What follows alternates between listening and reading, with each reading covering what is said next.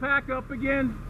Smoke's drifting this way. Video from a firefighter's helmet camera gives us a front row seat to a growing problem. The gentleman was fast charging his vehicle.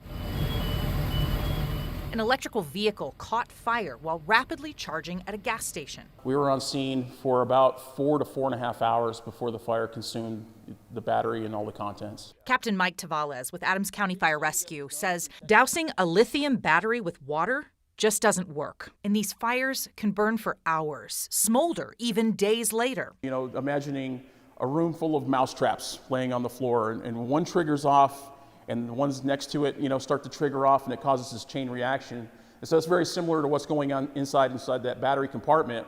Is as one burns away, it's now affecting 4 or 6 that surround it. Firefighters in Colorado and across the country are changing their strategy around lithium battery fires. Rather than attack, just let it burn. A lot of our hazmat teams have come to the conclusion there's not a lot we can do when a chemical fire like this occurs, and so we allow it to burn itself out.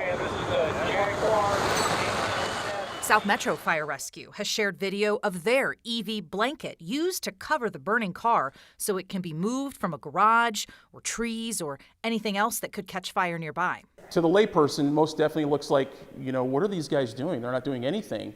And that is the tactic, unfortunately. More and more EVs are driving on Colorado roads every day, changing now how firefighters do their job too. Just know that we're trying our best, but the technology is not there right now for us to extinguish the fires. So now the smoke and the chemicals coming off those fires is super duper bad for you. So if you see one of these that catches fire, don't stand around and gawk, get away from it. And if you own an EV or a hybrid, read your manual, especially the limitations around charging them on rapid chargers and how frequently. Firefighters tell me that car that burned last weekend, the video you saw there, the guy bought it used, didn't realize there was a recall on it, and that the fast charging would have been dangerous in the first place. So there's like an accountability level here on us, the users. But once those things catch fire and that thing gets going, it's a bust. So they really can't save it at that point. Terrifying. You mentioned that there was some accountability on him. If there weren't a recall, have there been other fires? Yes, there's been other fires at chargers or other things that can catch fire. I mean, first of all, I'm not an expert on electric vehicles by any means, but yeah, they can catch fire for a number of reasons.